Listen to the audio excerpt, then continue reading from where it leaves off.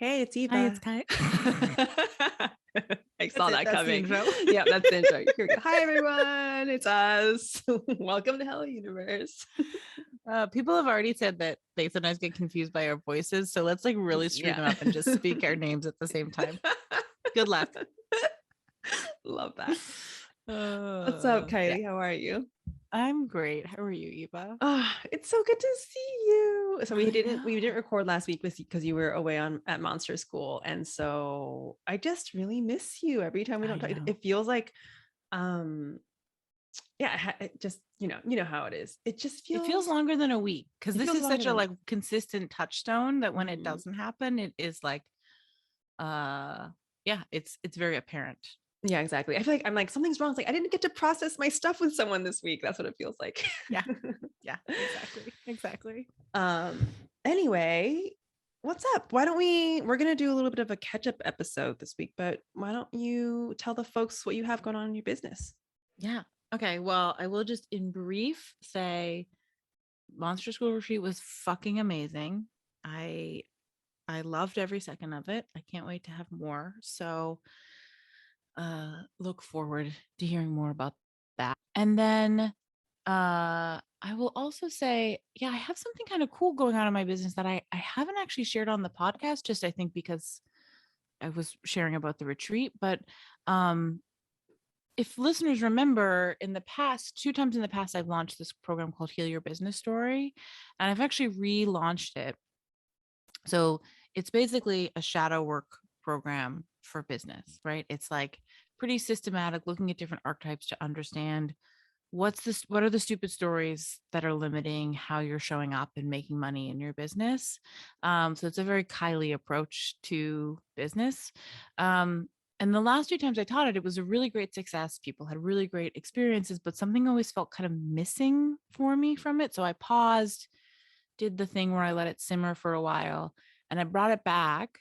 Now it's 6 months long with 1 week off at each month. That's my signature thing. Let's just all chill once a month. um, but what I added in is that in between the like shadow work story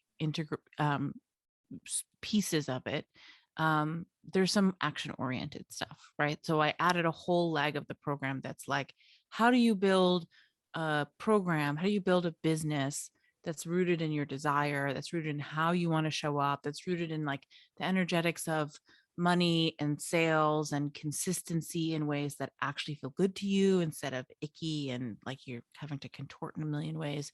So there's space to kind of, so we don't get caught in the thing sometimes where we heal ourselves to death as a sneaky way of being perfect and not actually taking action. It's now a program that has all of the like juicy, spiritual healing stuff at the same time that it's like, okay, now go do the thing and let that also be the place that is juicy and meaningful. Mm. And what's really exciting to me about it is that it's cohort based now. So each month, 5 people are invited to join into this rolling container. So if you've been wanting to work with me for a while, if you've been curious about the work that I do, if you felt like, there's something special and resonant about the way that I talk about business and transformation, it's a great fucking time to sign up and be part of cohort number 2. So I love this. Yay. And I just love the whole idea behind heal your business story, like the archetypes, because every time I hear you talk, like post or see you post about the archetype or like talk about an archetype, uh, I think you've just done such a good job of personalizing phases that I think almost every business owner goes through because we all have like, actually, I guess I'd be curious to know, in your experience, do you think every person can relate to every archetype?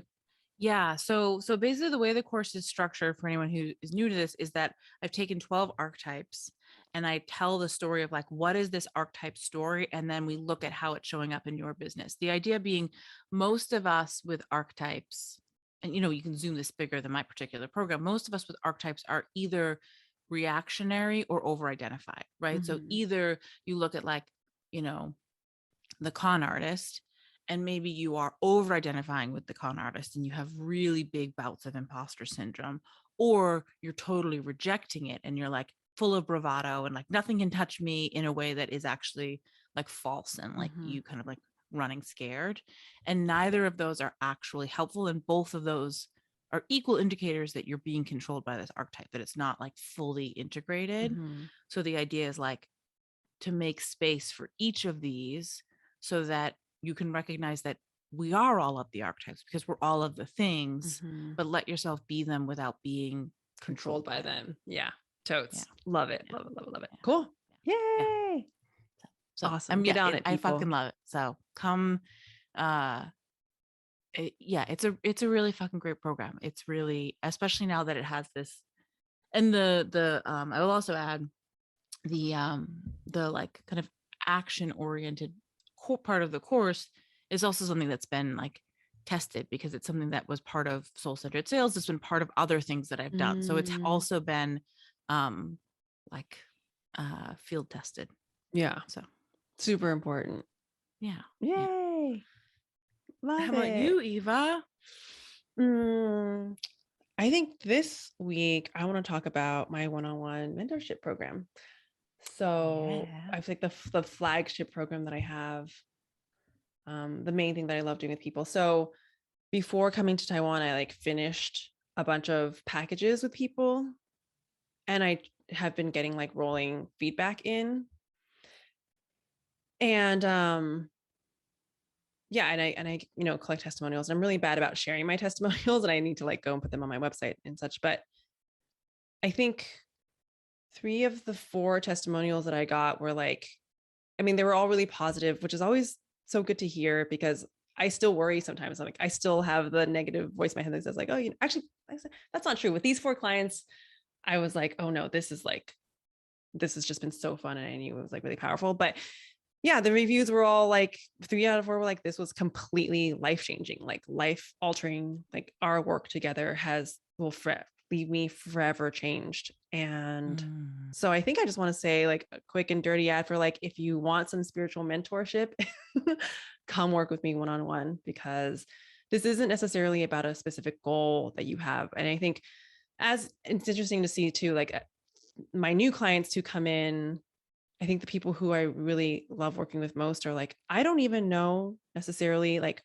I don't have a specific goal. I just know that my spiritual growth and evolution is so important to me, that like peace and awakening is it.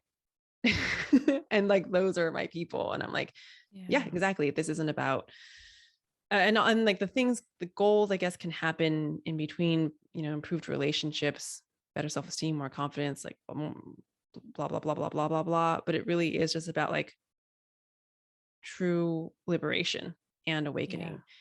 And so if that is you and you've been wanting to work with the mentor, because I do think working with people has been one of the, I guess, paramount to my own clear seeing. Because that's when like we can't help but just get kind of caught, right? Even if we're like have a meditation practice and are reading books and having nourishing conversations, right? Like we just can't help but see what we don't see. And so when you work with someone like yourself who's like has just the right skills to be like, but what if you turned your head 15 degrees this way? Like I just feel like, or to even have a space to dedicate yourself fully to your spiritual evolution too, because I think it's so easy to just get caught up in the fact that like all these other things are more important, and we don't also think of them as like spiritual evolution. But it's like, I need to be like a mother first, or I need to like work on this like side hustle that I have going on, or I need to like it's like my weight or my body or all these other things end up taking priority. And I'm saying, no, like I want to work with a woman who knows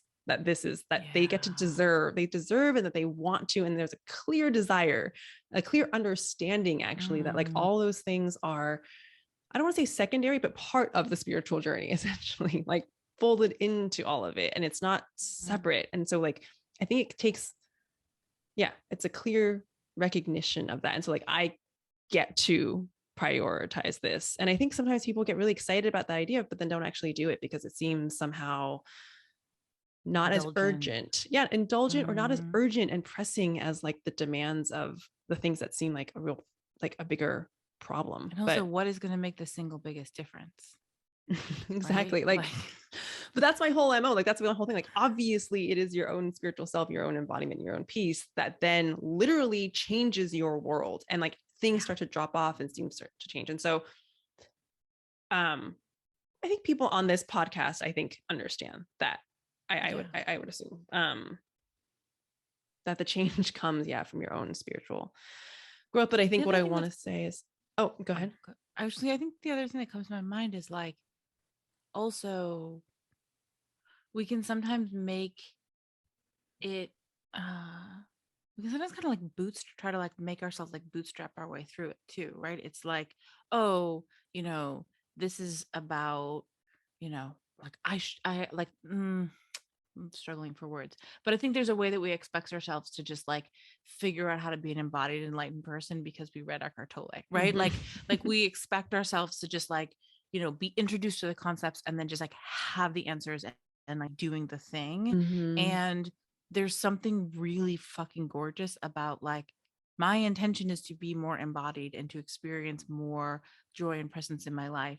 And also I'm going to allow myself to be supported in creating that experience for myself. Yeah, completely.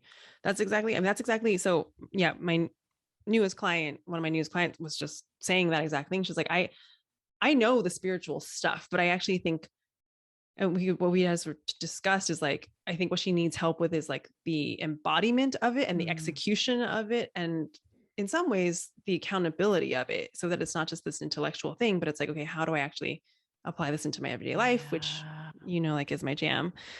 That's great, because that's the question I have for you today. So. Okay, awesome. Yeah. But I have to say, I guess I just want to toot my own horn for a little bit, and just, it's helpful for me when I remember like I'm really fucking good at my job. And and I think that's what's so nice to hear about to when I work with these women. It's like, I can, as listeners have already seen, I think in the podcast, like I get in my head, sometimes I get insecure. Like we had this whole podcast a couple of weeks ago about how I was like, does anyone even really want to listen to this podcast? Like, is this important? And here I am like loving this thing that we're making. And it could be the same way about my one-on-one spiritual like mentorship as well. And then I'm like, oh wait, I'm fucking good at this. Like I'm so fucking good at this job. And it's something that I think, I feel really proud of. So if you want to work with someone who's going to blow your world wide open, you can apply to work with me on my website. I mean, if you're like consuming this podcast like no tomorrow, you probably want to fucking work with you. I love that. And thanks, your work is 1,000% life-changing. So I'm glad that you also experienced a little validation of that. Yeah, thanks, Kyley. It's fun. Yeah. So wait, help me with this question, because behind the scenes you had sort of given me that you have a question. Yeah, Kyley and Eva question. Like the topic is, I think, restlessness. So what I'm witnessing is, let me see if I can, how I want to phrase this. What I'm witnessing in myself is my own inability to be fucking present, which in some ways is like, well, duh, that's the whole question, right? That's the whole game. I think that's, at least as you and I see it. And also sometimes it seems more apparent than others.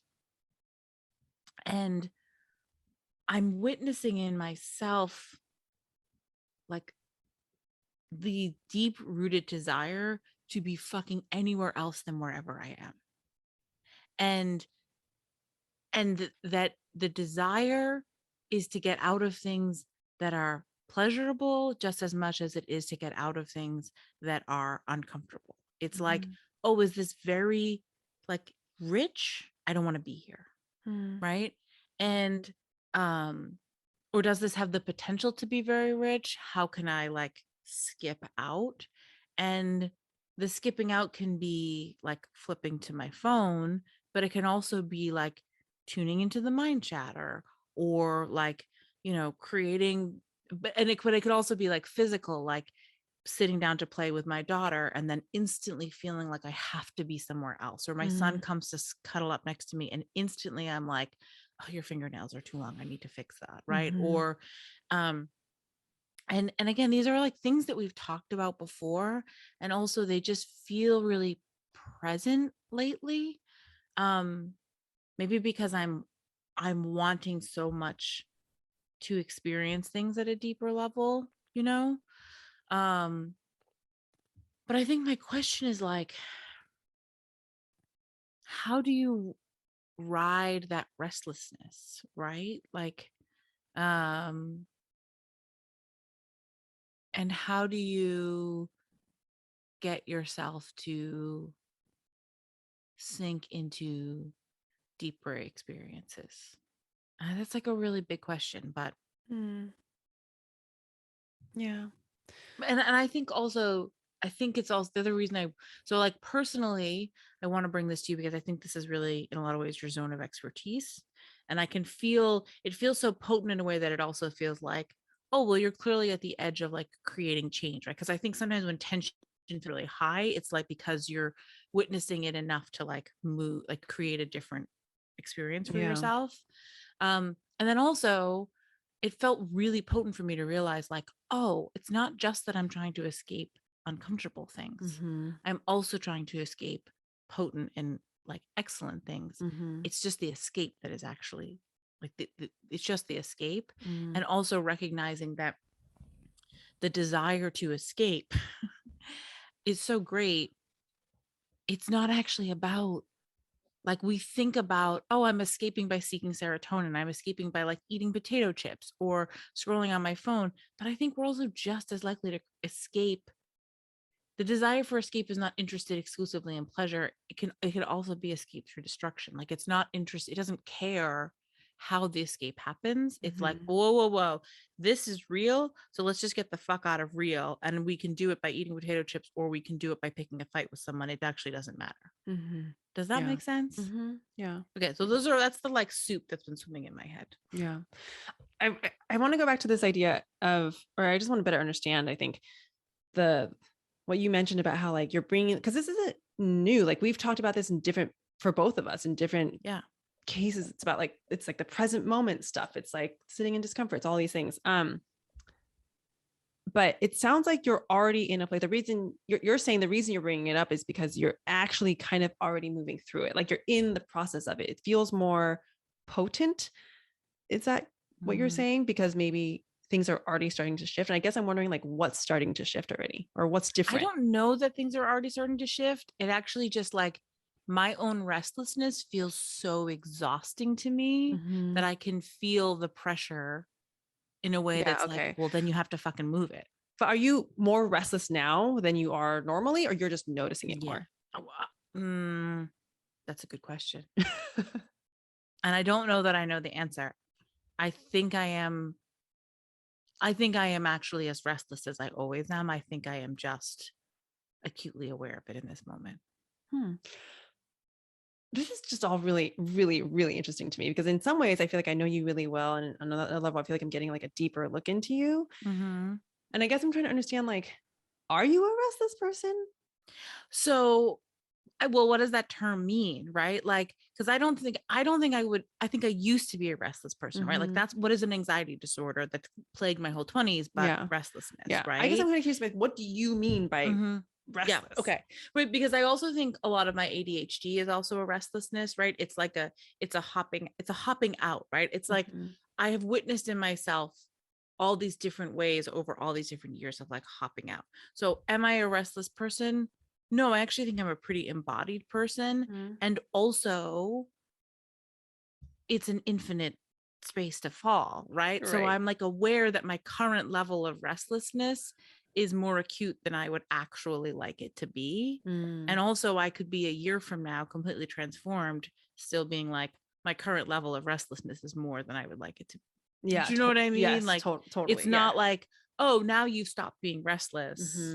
I think it's just an infinite. And maybe a year from now there's a different term that I use. Maybe I don't call, maybe it feels like something that's not restless, but But yeah, I don't think it's like, oh, okay, check, cross that off the list.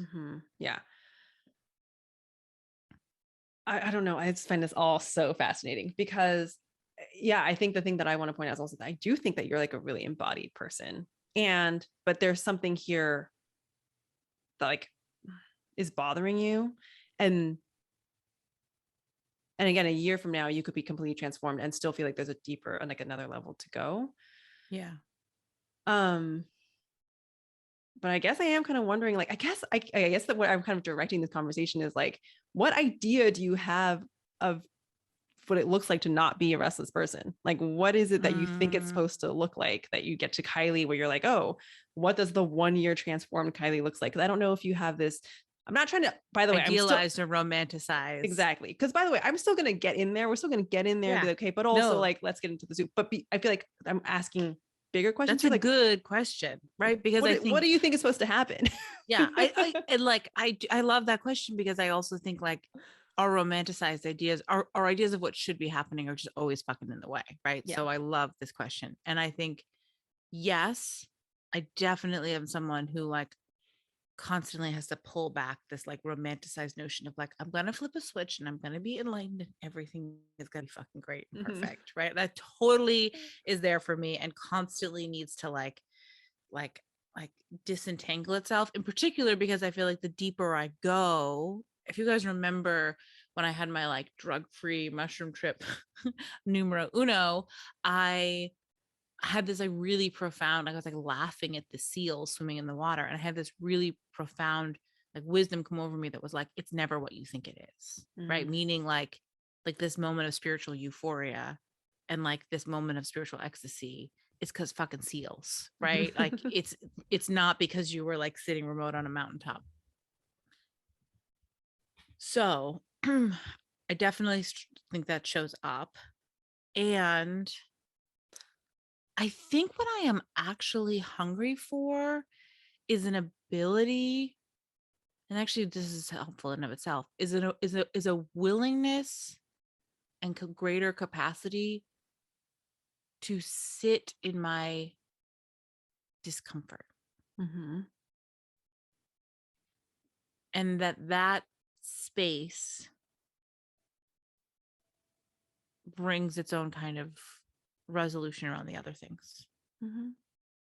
Yeah, I think that's what I'm hungry for, is like I can see how like stories are looping, or like I'm sitting at dinner and I'm curious if someone's texted me and I like it's like such a distraction to want to go check my phone, right? Like these kind of things that I'm like, this is dumb. Like this is just a dumb, which I hear the self-judgment. I know that's not useful. And also like in this moment, I'm just like, this is a dumb way to experience like existence. I don't want to do this to myself anymore. Yeah. I have like, I don't know why I just have thoughts.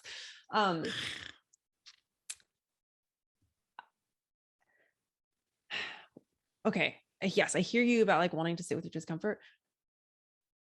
I want to play this two different ways. And this is just me like playing devil's advocate. I don't know why. I just feel like I just want to like push some fucking buttons.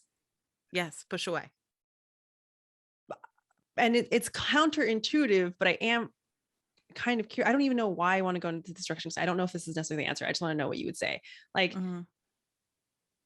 what if it wasn't dumb? What if you just like let yourself fucking, what would happen if you like let yourself look at your phone? Because it sucks. That's a really good question.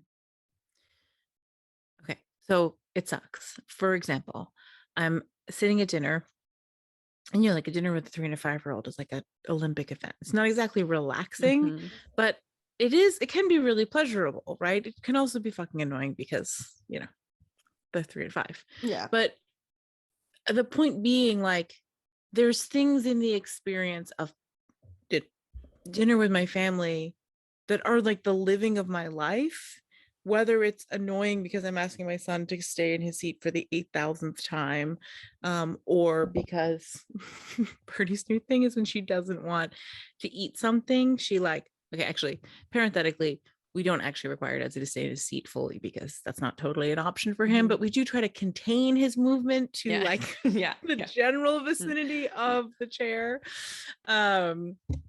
And Birdie's new thing is if she puts something in her mouth that she doesn't like, she takes it in her mouth and throws it on the Oh my floor. gosh. Awesome. Mhm. So like, it's not that it is like total bliss. And also there are like, it's where the living of my life is, Mhm. Mhm.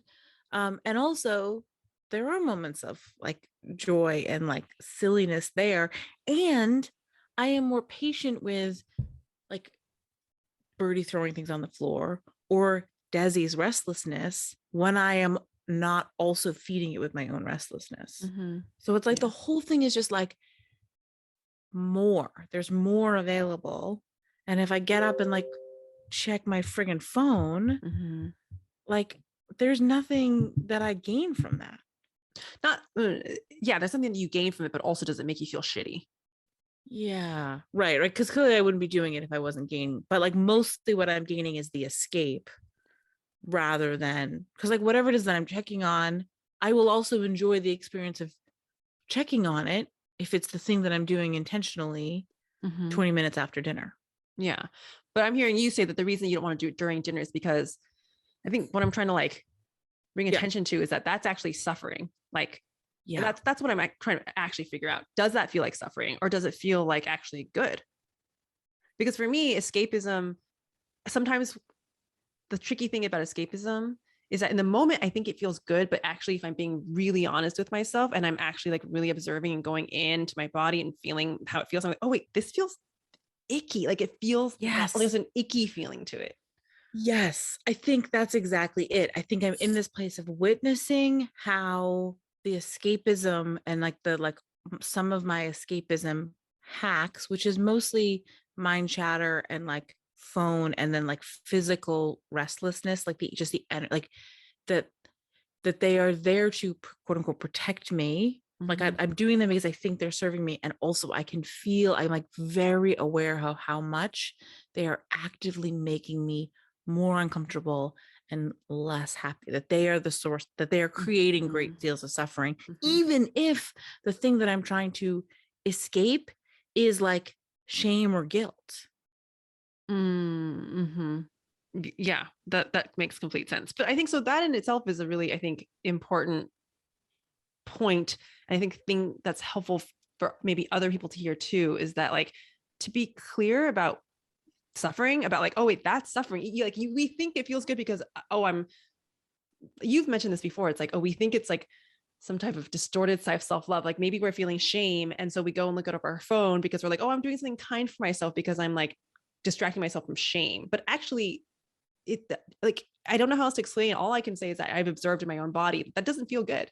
It doesn't actually Yeah. feel good. It actually feels weird and disjointed and disorienting. It's like, And I feel like I'm in this place, I'm in this like middle space where I'm like, oh, that is not a way, that is, oh, I've been doing all these things and they're gross. And also, I don't yet have like the like muscles built up properly to mm-hmm, be doing in a different way. So instead, I'm like getting this like double loop of suffering where I'm like observing the restlessness and then being so fucking annoyed at the mm-hmm, mm-hmm. restlessness, which is not helpful, right? And so, like, I think that's why I was like, I think I can just like drop all this at Eva's feet because because Yeah. I Okay. So can then, feel myself wanting something different. And also, if I'm totally honest, feeling like I know the answer and also I don't know the answer. oh, that's really Does that interesting. make It sense? does. Because it was interesting because I was going to say, well, what do you think the answer is? Because the thing is, I'm not coaching you here. Like this isn't like this doesn't feel like coaching. This just feels like I feel like you know this stuff already, and maybe you just don't. You're not seeing it yet, but like, um, this Or just feels feels stickier in this moment, right? Because, like, in some ways, this is a conversation we've had a million times. And somehow in this moment, there's like a density or a stickiness to it to me yeah, that is like, which is I've good, been right? here Which is before. So, yeah, yeah, yeah, which is good. Like when it feels stickier, like you said, I think that's a moment for awakening. Like yes. that's how let it be sticky. Like sticky is good. Right. I think because that's the other thing is that I'm also like, ooh, there's like enough fucking juice here in like how icky and sticky this is in this moment that like I also actually don't want to back away. Right. Like I Yeah. don't want to like just ease up enough that I can change what I was doing by like a millisecond, or like a millipercent. Like I'm like, oh, like let's use this stickiness. This is such a fucking kind of thing. Let's use how like icky and dense this restlessness feels, and just like let that propel you through to something really different instead of just a teeny tiny bit different. Of course, yeah. Yeah. So 2 questions that I'm gonna like put into one, because that's like a Kyley and Eva thing. Well, like just I know your brain can keep up. It's like going back to my original question, is like, what do you think it's supposed to look like? Like when you think, you've said like you feel like this is like my zone of genius. What perceived concept, like a notion, do you have of what it is that someone who like is not restless?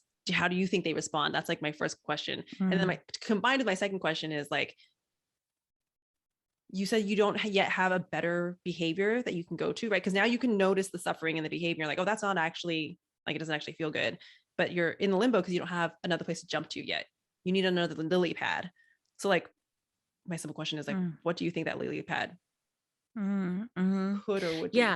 So why I think this is your zone of genius is not that I think you like don't experience restlessness, but that I think you are a deeply embodied person who is very acutely aware of the kind of minutia that we're talking about here, right? Like this topic of conversation of like how to sit in discomfort and use mindfulness to like create new experiences for yourself.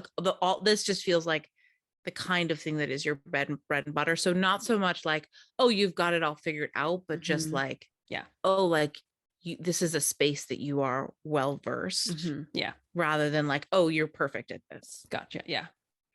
But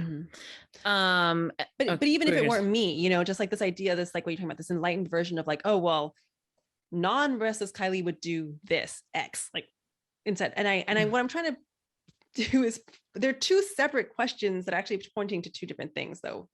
But I don't know if that makes sense to you. Anyway. Okay, well, the thing that came to my mind about the lily pad thing is like, oh, well, there's no fucking lily pad. That's the point. Right? Like the lily pad is you just trying to be like, oh, instead of the phone, here's the new trick in which you can escape.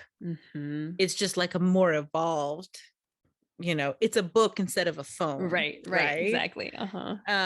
Which is not to shit on reading, right? No, like, but yes. But I love this answer because it does point back to my first question of like, what do you think it's supposed to look like? Yeah. I think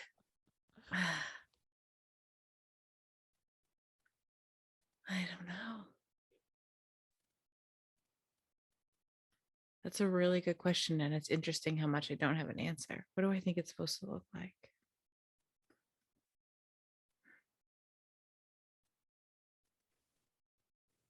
What comes to my mind is not an answer, but I'm going to say the thing that's coming to my mind, which is like, in my restlessness, I'm observing a like clinging, clawing sensation of like wanting to hook into something. And that is the thing that I am most disliking and also feeling most like trapped by in this moment. So it's not an answer. It's not a what do you want it to look like or what do you think it should look like, but what is it that I don't want in this moment? It's the way I am witnessing my restlessness having this like almost like this like desperate, and I'm being melodramatic because also obviously all this is like very subtle, and if you saw me any day this week you would be like, this seems like Kyley. I know, but this is what's so good. This is like my favorite stuff. Like it's so subtle and nuanced, and there's something really rich about that. It's like on the surface it looks like nothing is happening, but when we are really present with ourselves and really paying attention and noticing, then you get to see like, it's almost like looking into a microscope and seeing all the little like molecules of like a piece of wood. A piece of wood looks like nothing, but then you go in and you're like, whoa, there's all this shit going on. And that's and to be able to dissect that, I think, is a higher level of self-awareness. Yeah. And it's like I can see the way that my clinging for escape is actually keeping me from the thing that I actually want, which is just to drop deeper, right? Yeah. Like, even if the dropping deeper is like shame or grief or ecstasy and joy, right? Like, whatever it is, like, it is, I can just see how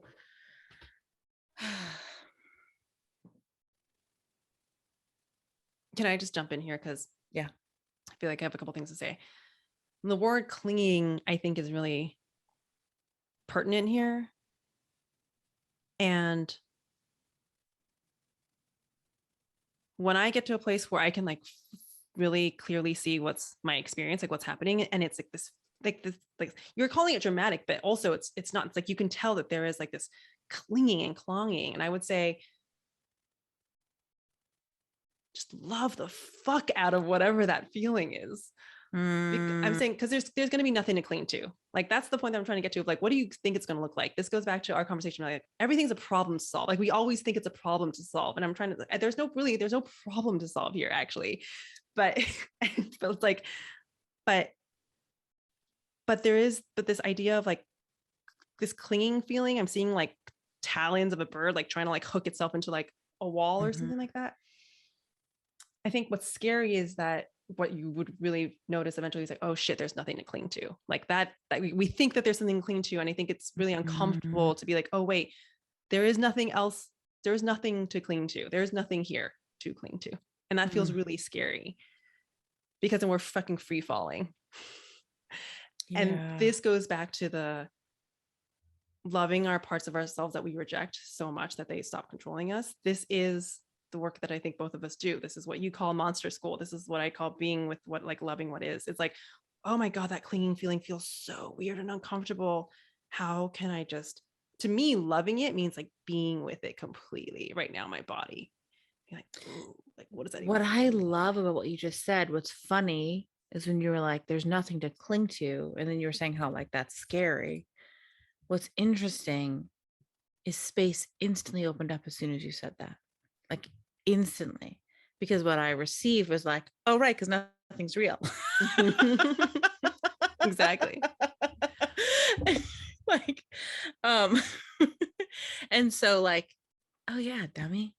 Nothing's real. So there's nothing to cling to. Like the only thing you are actually experiencing is the free fall. And you're like pantomiming that you are holding onto something is hilarious because it's not real. And I realized that if you told me that a year ago, I would have been like, well, that's not fucking helpful.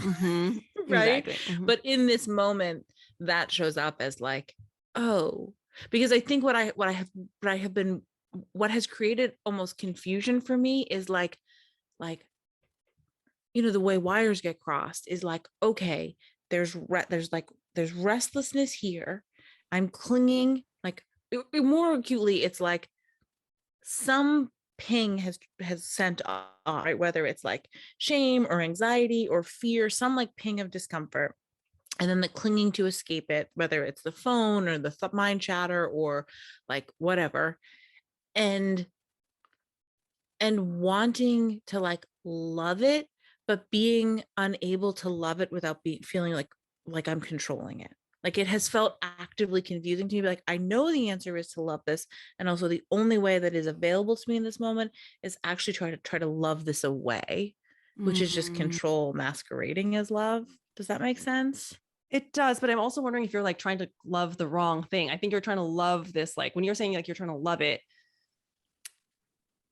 I hear you saying like you're trying to be compassionate with it or just accept this part of yourself. But I think there's a deeper level of this is like the discomfort, the part that you're talking about that's like uncomfortable, whatever that uncomfort is. And I think it's like I'm hearing it is almost like it's a clinging to the clinging. Like there's a clinging to the clinging, and then that brings up this like whatever that sensation is in your body, and let's like bring this back into like the physical, whatever that sensation is in your body. I think Oh, so okay, that's well, the I thing to think love. so like yes, so instead of making it about like, okay, this is supremely helpful. Okay, so A, nothing's real. And then B, like I just love how much comfort that gave me. And then B, what I'm hearing you point out is that like, okay, the initial like trigger of discomfort is like the root cause, if you will. And then the restlessness is the symptom. And I've been trying to be super present and like love the restlessness. But what you're pointing out is that like that's still kind of surface level because it's the symptom, and Mhm. actually like go into whatever's below that, which is whatever discomfort created the restlessness. Mhm. Fucking great. Mhm. Perfect. Yeah. The deep, the like Yeah. the deeper, like the Yeah. root, the root, the root. It's always, you always want to go as deep as you can to the root as you possibly can access. And I think sometimes that's going to depend on how deep we can go, you know, how much access we have and how much self-awareness we have. Yes. But also feels like a very simple act can be witnessing the restlessness and then just asking myself, like, what is living underneath this? Mm-hmm. And then just seeing what that is. Yeah, that actually feels huge and accessible in a way that, yeah, I mean, sitting with restlessness unsurprisingly makes you feel fucking restless. Right? It's like actually like an actively confusing thing. Whereas like sitting with like shame or grief or concern or worry, like, yeah, I know that game. Oh, you're so fucking good. This is like really Oh. okay. I feel so much better. I almost feel like, okay, can we hang up so I can go practice? I mean, this is helpful for me too, because I think sometimes, or I think it's like a helpful example, because I think sometimes when I see people and so on, like, you know, the social media, when people we don't have like the capacity to get in depth into a conversation like we can on like a 2-hour podcast. It's like people are like, love the discomfort, like love what is, but there's nuance to it. Yeah. Right. And it's subjective. It's going to be different every time. And there's no hard and fast rule. Like if you're a person listening to this and you're trying to practice this, let me just give you a heads up right now. It's never going to be the same set of like, I do this and then I do this and I do this. It's like, no, you have to like know yourself really well and be able to like pinpoint the nuance of like, what is this discomfort this time? And then the next time you could be in the same situation sitting at the dinner table with your kids, same situation, but the discomfort will be something else. It'll be something different. And so you just have to, I think it does take a level of self-awareness. And it does feel like I am really excited to actually witness like differentiating. And again, this is also story, and in some arguably there is no difference, but it feels actually really profound at this moment to begin differentiating between like trigger and symptom, you know, and like just almost ignore the symptom, right? Which is not to say like not to ignore it because from a like rejected standpoint, but just like, oh, that's just the chatter, that's just like the side effect, rather than the like hunger that's actually asking for your attention. And I don't know that I have previously allowed myself to differentiate between those two, which I think explains why sometimes I drop deep and sometimes I can't, because yeah, that makes a lot of sense. Because I'm getting caught in the symptom. Yeah, that makes a lot of sense. And that happens. Yeah, and I think that happens all the time. But I would also say, just to add some Kyley magic on this, is like you can go and practice. And I do think in a practical way that could be really helpful in terms of even just like expanding that self-awareness. But like in like the thing that I think both of us have been practicing recently. I wouldn't say I don't think I've been practicing it recently. I think I've been doing this for a long time and it didn't have language for it until recently. But you can just like set it in the subconscious mind or etheric, you know, that thing. And you're just like, okay, let's just, and then let it work on itself. Yes. You know what I mean? Right. When you say, because we've spoken it. Yeah, you like set the intention and then just like see if it can happen on autopilot a little bit too. Yes. Well, and that's also part of why I was like, oh, I want to bring this here, because I knew you would like peel back some layers for me and help me create a different experience. And also, I do really strongly believe that just in the witnessing, we begin to unravel and create something new for ourselves, right? Yeah. But again, sometimes it's like, well, what are we witnessing, right? That's some of the like layering can be getting to what we want to. Yeah. But Yeah. yes, I completely agree that part of my game of like, oh, I want to practice is like, I actually think I just get to be surprised and delighted by, oh, that one symptom. Oh, okay. Like, oh, I don't have to worry about that anymore. Like, Yeah. yeah. I'd be Yeah. curious to know how this unfolds. And this is, like you said, an ongoing conversation. And something that I also am trying to practice all the damn time. I mean, yeah, So, this feels like, honestly, this feels huge because this piece that I've been saying about restlessness, I really have had an ongoing relationship to restlessness for my whole life, right? Because it is the anxiety disorder of my 20s. It is ADHD. Like ADHD is other things, but for me, and this is exclusively what I will speak to myself, but for me, I can witness it as being about a kind of restlessness that shows up inside of me. Um, and um, and it also for a long time was my relationship to food was restlessness, right? Like, and I have spent I'm just kind of in awe because I'm like, oh, this now feels extremely obvious of all the ways that I have been really just basically trying to strong arm restlessness away, thinking I was witnessing the restlessness all the while, like there has been something underneath that is asking for my attention. In which case, the restlessness is actually doing a great fucking job, which is like running interference and protecting from the thing underneath it that is like, no, no, no, please do not pay attention to me. Exactly. Yeah. Yeah. It is doing a great job. But I think, well, it's saying, please don't pay attention to me because it feels uncomfortable. But as I think we all know, that's an illusion. When we go in it, and actually, it's essentially, it's like screaming for our attention, actually. It's literally screaming for our attention and for our love and for our acknowledgement. And then once you let it have its life, then it's like, oh, okay, cool. Like I'm allowed to be here. Like this, maybe I'm feeling shame. Like you're allowed to feel that.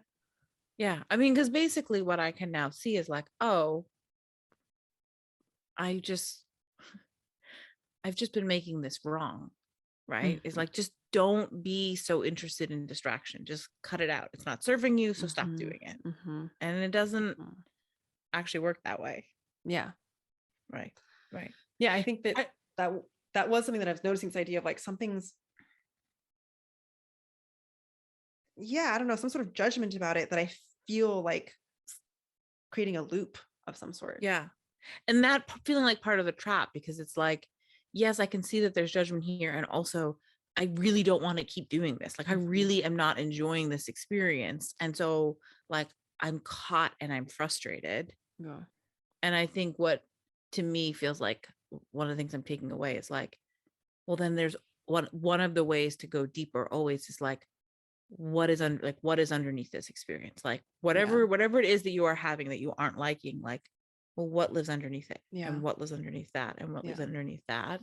And just seeing what answer bubbles up, as opposed to just being like, cut the shit, you'll be happier if you stop. Totally. And this is like, this is it. This is like loving. Yeah, this is it. This is like what I love to do for myself, but and also for my clients. It's like loving what is, but first we have to figure out what is. Like what is this that was. Yeah. But I will say to add to that though, the struggle that I often have, the thing that gets in my way the most is that it's hard for me to do this if I don't take a moment of pause. Like I can't always figure it out. Like this is what happens to me all the time. It's like fucking clockwork. You would think I would have figured it out by now. I'm like, something's wrong. And I'm like trying to like figure it out as I'm simultaneously like living my life and doing, 5 different things. And it's all mental and it's all like, okay, let me just like go and like love what is and be with what is. But it isn't until I'm like, okay. And then I'm usually like at a point of suffering where then that pushes me into being like, okay, Eva, like you just need to take 20 minutes and breathe or something like that. And then in that spaciousness, then it becomes really obvious to me what is. And so I think the reason I want to share this is because like, I think space and slowing down will be your best friend in developing that self-awareness of like, oh wait, what's underneath the What I'm restlessness. also realizing, this is so great, is what you're speaking to is like making space just to like basically like what I've been doing is giving myself space and then instantly asking myself to be other in the space. Mm-hmm. Right. So, like this morning with my cup of coffee, which was also like a very lovely experience, I sat, Desi wanted to watch a show. And so I sat in his Mario Kart bedroom with my coffee and looked out the window. And so I had moments of like feeling really connected. And also when the restlessness showed up, like instantly being like, now you have space, so go away. Mm-hmm, mm-hmm. As opposed to what you were, which is like, I mean, basically our podcast is just us saying the same thing over and over again. Yeah, yes, exactly, in different ways. but what I have been doing is creating space and then expecting a like performance from myself instantly, as opposed to like a witnessing and a compassion of just like, let me get really curious about what's under the restlessness, as opposed to now you have space to go away. That feels big to acknowledge. Oh, that is like my whole fucking MO. Like, yeah. I can't, like, literally, that is like, I couldn't like, I can't even express to you how that is just like a foundational piece of my existence. Like, I'm constantly, I not always, obviously, like I said, I'm running around and doing the whole hamster wheel thing, but my constant thing is like, wait, what am I feeling right now? What am I feeling right now? Like, not in like a weird psychotic way. It's like a like, I will literally just go into my body and be like, what is this experience? And that's like so fucking helpful for me, because that's all I need to know. Like, that's how you get, that's how I get down to like the meat of everything. And I think, yeah, so this goes back to, so like what I wanted to offer is like the space thing, but it's also like a body thing, because sometimes I can get an answer so much faster by being like, wait, what's my experience in my body, than me being like thinking about like and analyzing like what my experience is. It's like my body, no, it's just fucking smarter. Yeah, I think what I have observed is how in these moments of restlessness, how difficult it is to be in the body. Yeah, that makes a lot of sense. So that even though like I want that to be the answer, that door actually doesn't feel open, which then adds to the cycle of kind of frustration and restlessness. That totally makes sense. That totally makes sense, right? Because restlessness is the opposite, I think, of like, restlessness is being out of our body, essentially, which is the opposite. But I would say, but what if you like went in and like let yourself feel restless in your body? What I mean. Hate that. Well, but that's like, but that's exactly what I'm talking about. I'm saying like, what am I experiencing right now? Oh, I'm experiencing restlessness. What the fuck does that feel like? It feels like tightness in my throat. It feels like jitters in my arms. It feels like whirling in my head. It's going in. It's being, it's like, it's the paradox that we always talk about, is the thing that's going to help you get access into your body while you're feeling restless is actually feeling restless and not judging it. Restless. Yeah. Like without any judgment. Right. And that's the thing, is they're not right. Because again, I have been like, what's going on in the body? Get out of the way, restlessness, so I can hear the answer. Yeah. And isn't it just a fucking mind trip? Actually, the answer is no, go into the restlessness. Like, go into the restlessness. It's just a mind fuck, because it's so counterintuitive to, I think, anything we do. But this is monster school. Yeah. This is, let's go into the very thing that we're trying to avoid, or that we judge, or that it's like so deeply uncomfortable. Yeah. I mean, I actually want to like write to all of our retreat members and be like, so how's everybody doing? Because I'm having this like experience. Right. Yeah. Our sitter got sick. This is terrible PR. The retreat's going to change your life, guys. You might just everybody laughed, said that it changed their life.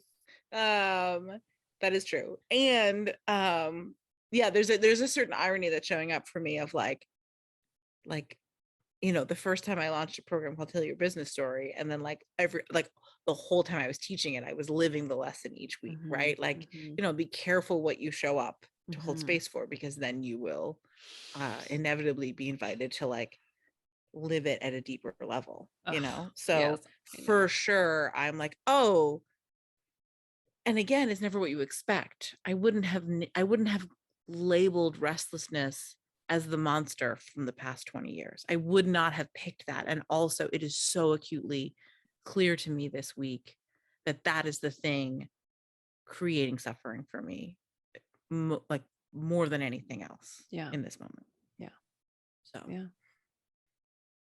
okay. I already can feel a kind of spaciousness showing up that feels really cool. So, Yeah, that was fun. yeah. Thanks Yeah. thanks for bringing me in on that. Yeah. Yeah, because I don't really feel like I've been living in this weird limbo state of like uh I'm still in Taiwan.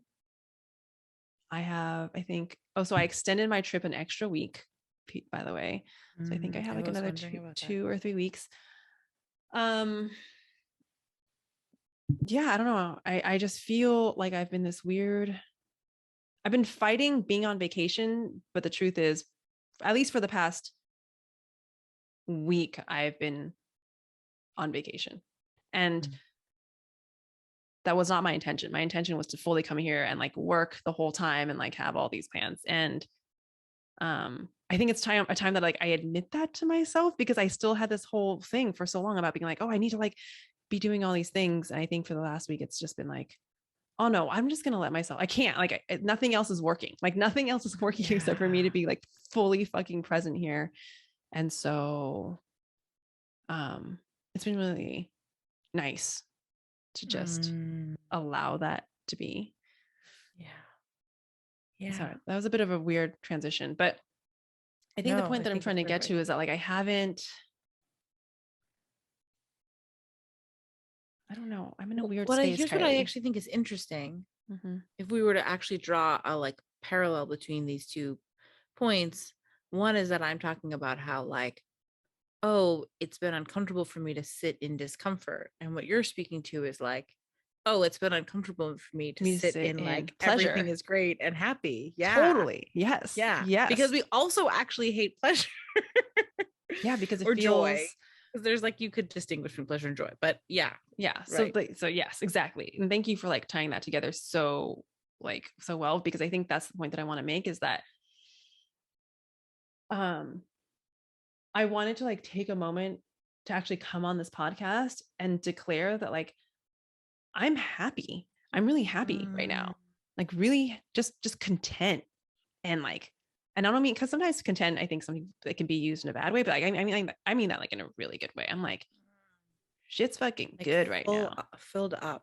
Yeah. Filled up, peaceful, like just like I feel I have, and um, and the reason I think I wanted to take a moment to like really declare that is because I could notice myself also being like, oh, I wanted to share that with you.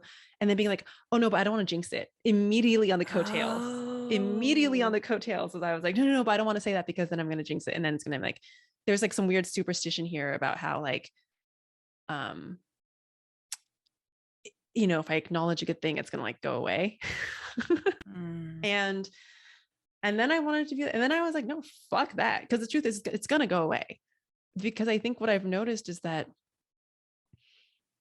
like I've really come to better understand this concept of like how everything is impermanent, which is like when you're in a Vipassana, like 10-day silent meditation retreat, like the Goenka, the quote unquote teacher, really, this is just like a recording, literally on repeat is what he's saying. He's just like impermanence, impermanence, impermanence. Like he literally will probably say that like I don't know, upward of 5,000 times at some within like that 10 days. It's just a constant theme, impermanence, impermanence.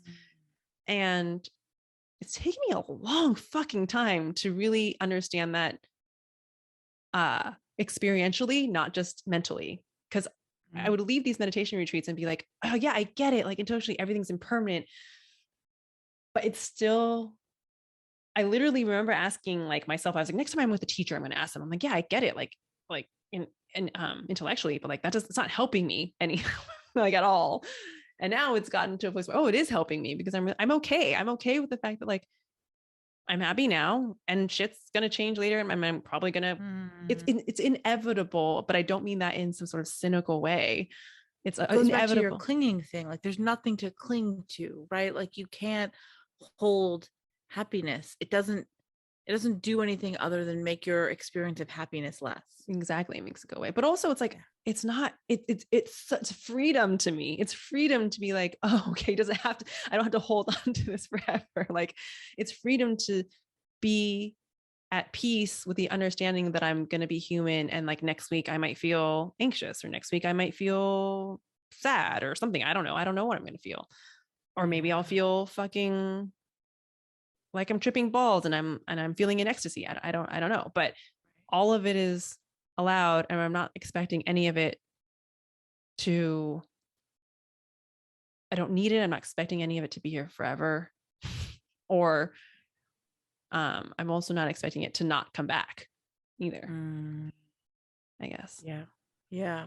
Yeah. I love that. I mean,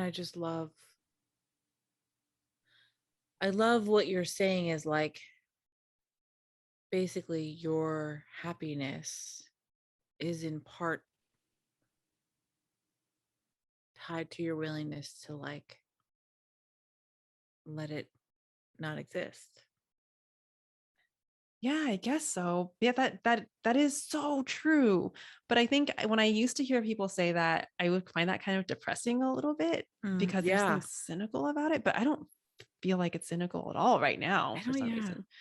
Yeah. I don't think it it feels cynical. I think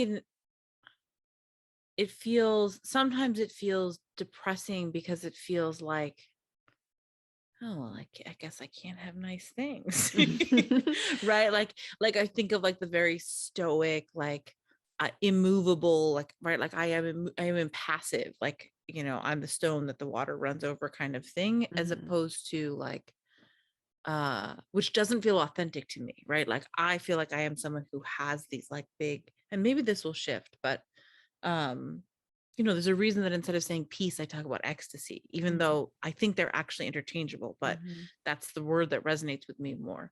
Anyway, I guess what I'm trying to say is that sentiment has often felt depressing to me because it felt like I was having to actually sacrifice happiness Yeah. in order to have happiness. But it's more about like, it's hard to describe, but like being willing to not have it gives you more of it. That I mean, that's like a very roomy, paradoxical, like kind of thing to say. It's that like, but I mean, I also think this is very much Buddhism. Like, the more you don't cling to something, the more you can have access to it. Yeah. And we know how we're always talking about paradox, but what happens is, what I see happening, and I'm also guilty of, is like, okay, so I'm like, so then I start to get into like, there's an agenda behind my not clinging. So then I'll be like, okay, let me not cling, Yes. because there's a secret agenda to me wanting more. It's That's still what I've been coming, doing all week. Yes. it's coming from a place Yes. of like fear, essentially. And so it's doing to get / the agenda part of it is just sneaky, and Right. it's kind of inauthentic a little bit for me. Like I can tell when I'm not, I can't always tell when I'm doing it. I don't always catch it, but like I can just say that's how I used to be in the past. I'd be like, okay, I get it now. The trick is, like, the shortcut is, let me not cling so then I can actually have more. And it was very forced. Right. Which I think can be like its own step on the path, right? Because it's like, I'm like picturing someone who's like puts on their dad's coat to like pretend to go to work. You know what I mean? Like it's helpful in getting yourself to understand the experience more. And that is what I have been doing all week, right? Is like how do I like create restlessness to go away? Like just like stop clinging, like knock it off. Clinging is clearly the problem, so just stop clinging, right? Yeah. And kind of like like berating myself at the clinging. And so yeah, I think I just like, I'm really relishing what you're saying, which is just like this experience of contentment that has its own discomfort to it, because because I was like, well, I think, I wasn't comfortable with it at first. And then I think I saw that like wasn't helpful. And so it kind of just like fell away. The discomfort fell away a little bit. But I will say, Mm, I think part of the reason, so we were talking about how like the not clinging is what allows for me to be happy and content and have more access to happiness. What do you think about the idea that I think the reason like I can do that is because I don't have I'm not under the false pretense that I'm supposed to be happy all the time.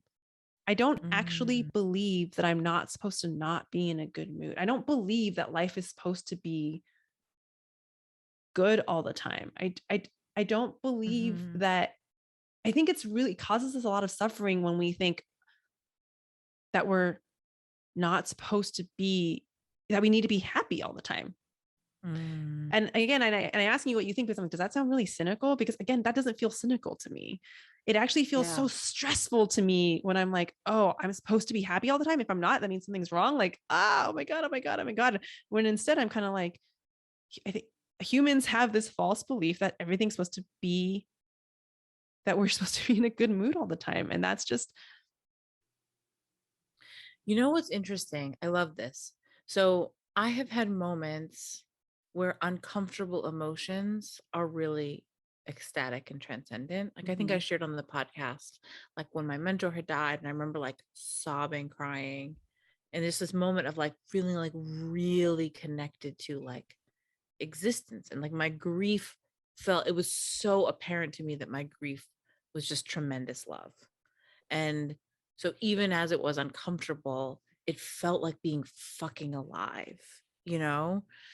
And I think the thing that I do that I can recognize that I put on a pedestal is not, oh, that I have to be happy all the time, but I totally have this idea that if I'm really connected and I'm really present and I'm really in this kind of like ecstatic chaos of surrender, then I will experience even the discomfort as this like transcendent experience, which mhm. I actually believe exists and also is an idealized thing that is totally unproductive and helpful, Mhm. unhelpful. You know what Yeah, I mean? yeah, yeah. Um, yeah. I don't know. Does that resonate for you? I mean, okay, so lots. I completely agree with what you said about how sometimes really painful things are simultaneously also really beautiful things. And that, yeah, that moment of aliveness, I think I've had a lot of that in Taiwan actually. Mm, Um, and sometimes I'm like, oh, I prefer, it feels like such a humbling experience to feel this alive.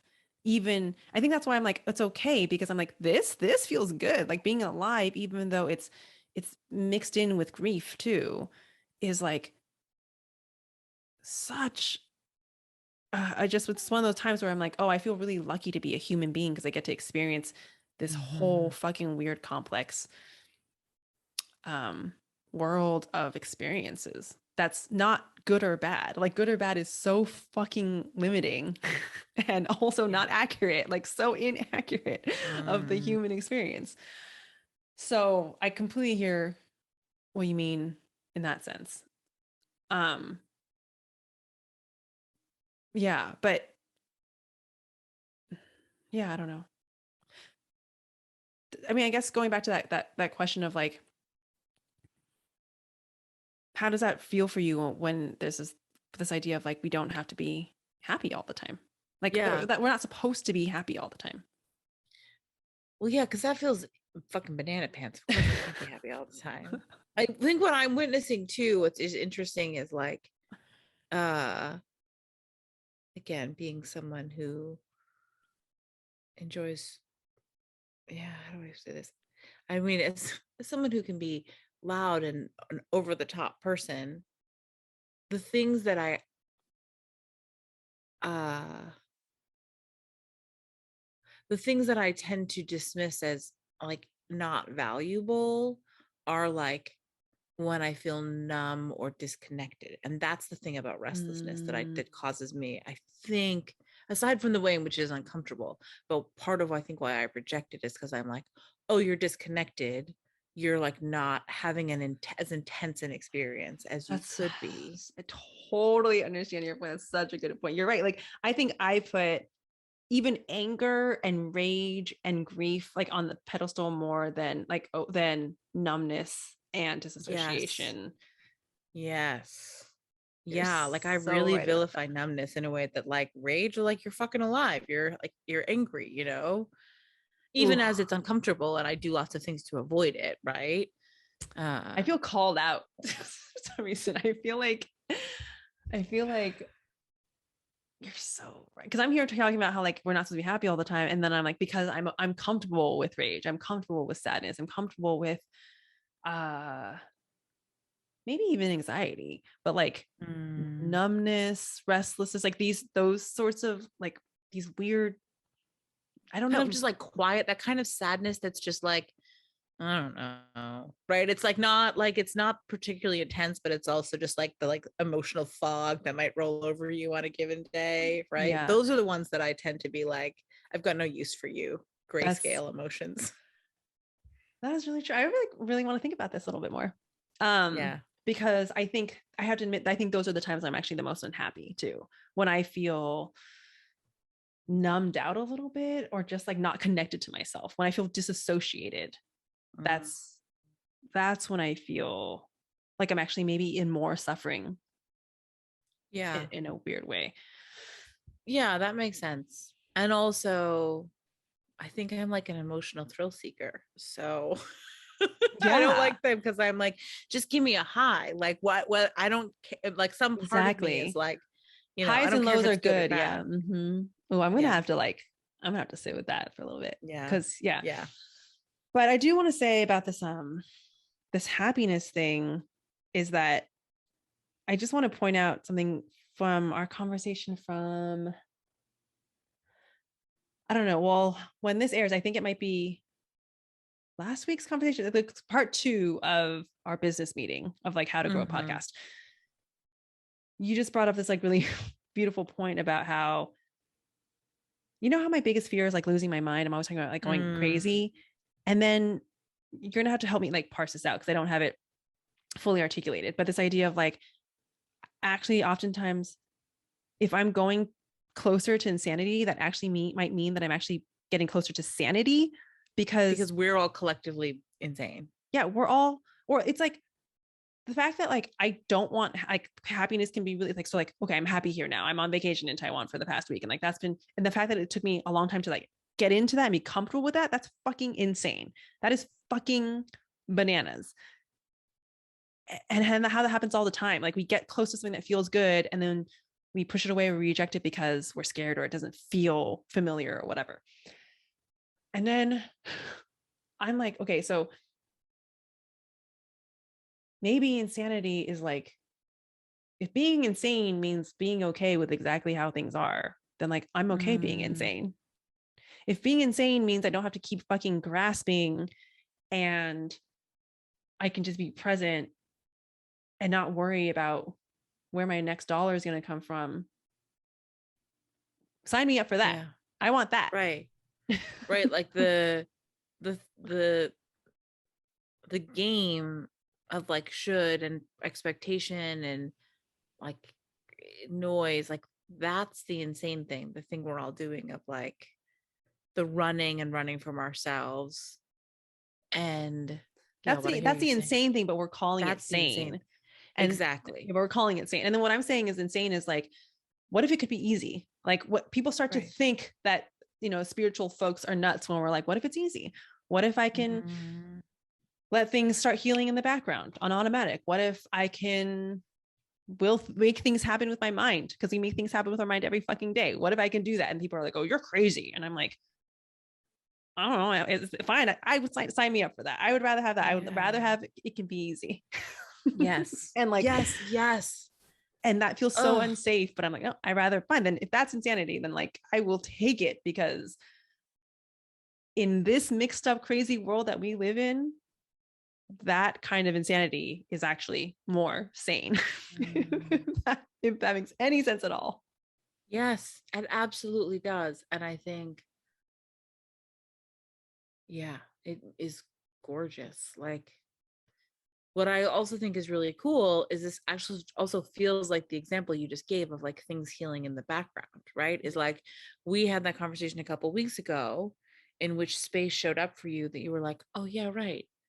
What if my fear of insanity is actually just all Me coming me closer to the moving, truth. me coming closer to like the truth, which is that I don't have to play these stupid games the same way.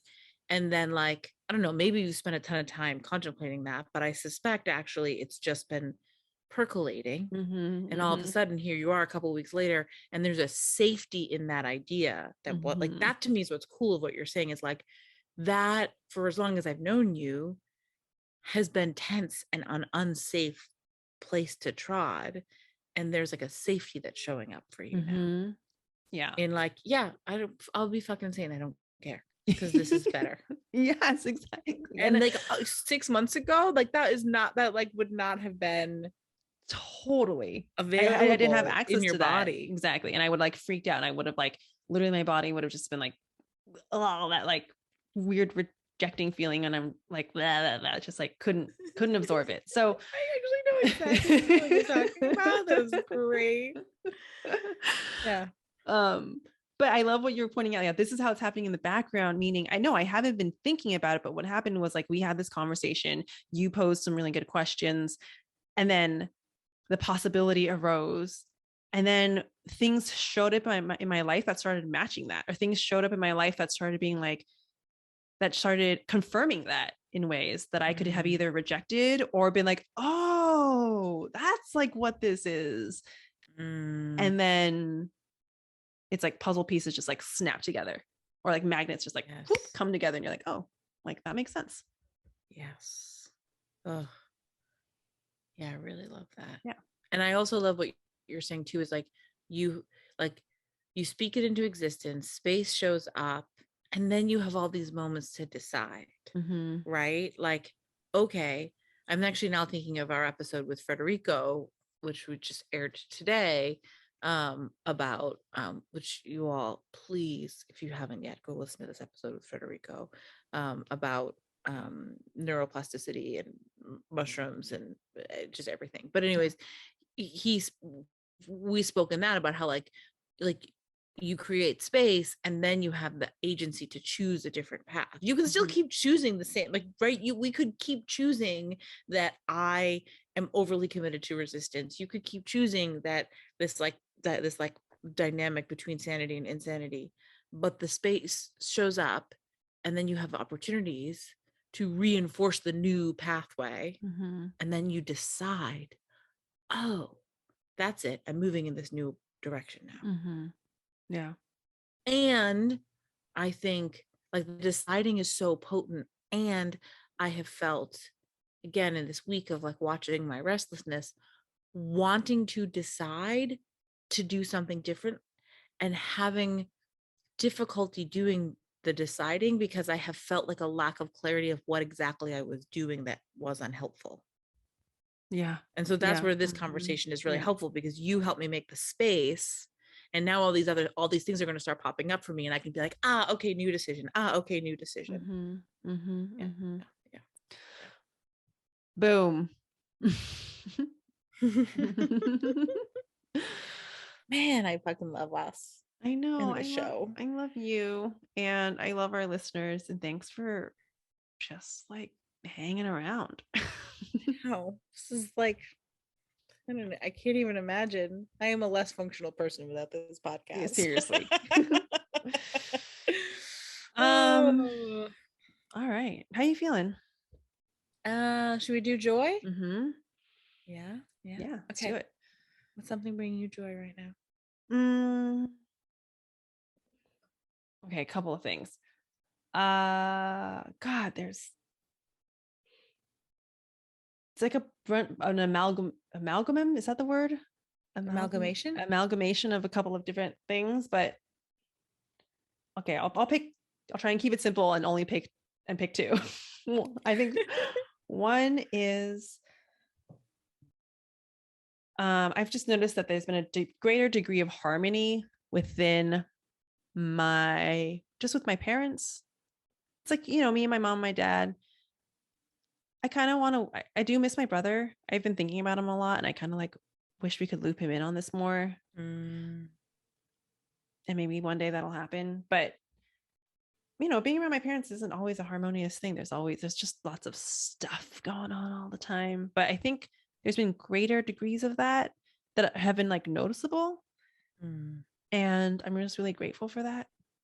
And I think that has honestly, yeah, I don't know. I think it's because my parents have made personal improvements, which is like Mm. really cool because they say you can't teach an old dog new tricks, but it really just reinforces with me like you can be any fucking age and still learn shit, and that's really fucking cool. And also I think personal growth on my end, like, which is cool to see. So that's cool. And also, and sorry, I'm just gonna voice this out loud. I was noticing my need to want to also like add in this idea of like, but who knows, that might change and it's not all perfect, and like just like do the whole, there should be a word for that, like a degrading of it a little bit. Conditions Conditions or being like, yeah, but you know what? And then I was like, no, I'm not gonna do that. But I felt like I needed to say it because it's insane how impulsive that need is for me to like to make sure that I'm saying, but it's not all perfect though, and it might go awry like next week. Why can't I just like put a period at the end of that without needing to explain it away? Oh, I love you witnessing that. That brings me joy. That's fucking great. Yeah, it's just weird though. Anyway, and the second thing is I've been listening to, it feels, but to me that feels like exactly what we're talking about the happiness thing, right? And like, can I be happy, and can I say that I'm happy, or will I jinx this if I like if I claim this and recognize it and like invite it in even more fully? Like, does that risk it going away, or will it only stay if I just like only notice it out of the corners of my eyes? Totally, exactly. Like I need to explain it away in order for it to be justified. It's just ridiculous. Anyway, the second thing I wanted to say is I downloaded the app Calm. Have you heard of it? Calm. It's just like another like one of those meditation apps, but this one has sleep stories where celebrities will read you these like stories in very slow, relaxing tones. And it is, I can't believe I'm paying like $14 a month for this fucking stupid app just for like people to read bedtime stories to me. But I can't tell. I love it. I fucking love it. It's so, there's just something about it that's, the stories are all like really kind of, some of them are like really mystical and playful, and they're like about the universe and about nature. And I think sometimes I get really in my head at night. I've noticed that the evening is, for whatever reason, when like, I don't know, more intrusive thoughts come in. So that's just been really nice. Oh, I love that. Yeah. I highly recommend it for people who like to listen to things before bed. Okay, well, mine, I have two. Mine is also audio related. So for our retreat, I ended up doing a lot of driving because, taking Liz to the airport, driving to get my kids up from my parents. There was just like lots of time in the car, which one of the things about being a mom with small kids is I enjoy time in the car because it's like, oh, time for me. Nothing else can be done here. So it wasn't unpleasant, but also, I was open for entertainment. And so I downloaded Audible again, which I haven't had in like ages. And I got the book Good Omens, which is a Neil Gaiman book about, it's very on brand. It's actually funny that I am listening to it now because I didn't know when I picked it. Like it had just been recommended to me a bunch, but it's a book about Armageddon, and in particular like an angel and a demon that basically like become pals to try to thwart Armageddon because they enjoy being human. They enjoy being with the humans. Cool. It's really fun. This is a fiction book? It's fiction. Yeah. No, no, it's nonfiction. Yeah. I didn't know if it was like a spiritual and no, it's just a novel. It's really fun. I will say, having read a couple of Neil Gaiman books recently for the first time, I do feel like his female characters tend to be more side characters, There's like Mm, some weird kind of caricature stuff I think that mm, happens around like women and sexuality. So that is like not my favorite. That being said, I still am really loving and enjoying the book. And it's like got a whole cast of characters reading for different people's voices, which is mm, really fun. So mm. yeah, I just like today my kids run around the playground and I just like popped an earbud in and like listen to this audiobook. So I'm enjoying that a lot. I always enjoy Um your book recommendations, so I've written that one down. oh, Mhm, thanks. Yeah. mhm. Yeah. So and if listeners have other recommendations of good fiction audiobooks in particular that have some kind of fantastical element, um, hit me up. Okay. And then the other thing bringing me joy is like I just had this really beautiful retreat and it was really Yeah. A big awesome. deal. It was Yeah. really fun. It felt so gorgeous to create with my friend. All the women who came, like it was just everything I could have hoped for out of a retreat. Mm, And I feel really lucky and grateful for the whole experience. Yeah, it's yeah. just like it was really fucking cool. I mean, I think it's so huge. And Yeah. I'm really like proud of you. And I'm actually really like stoked for Liz to come on the show because I don't know if we're gonna get a chance again to then, but I'm assuming we'll inevitably somehow touch on it, right?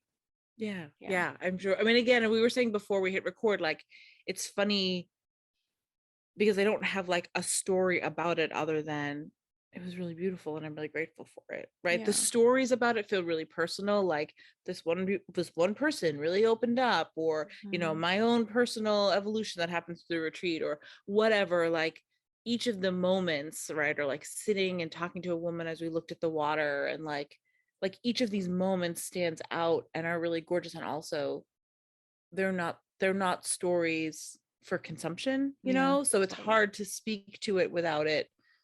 I love that. I It's think hard to that's such speak. a good point. It's not a story for consumption. I think that's how I'm going to steal that line because I think that's how I feel Mhm. about a lot of things sometimes.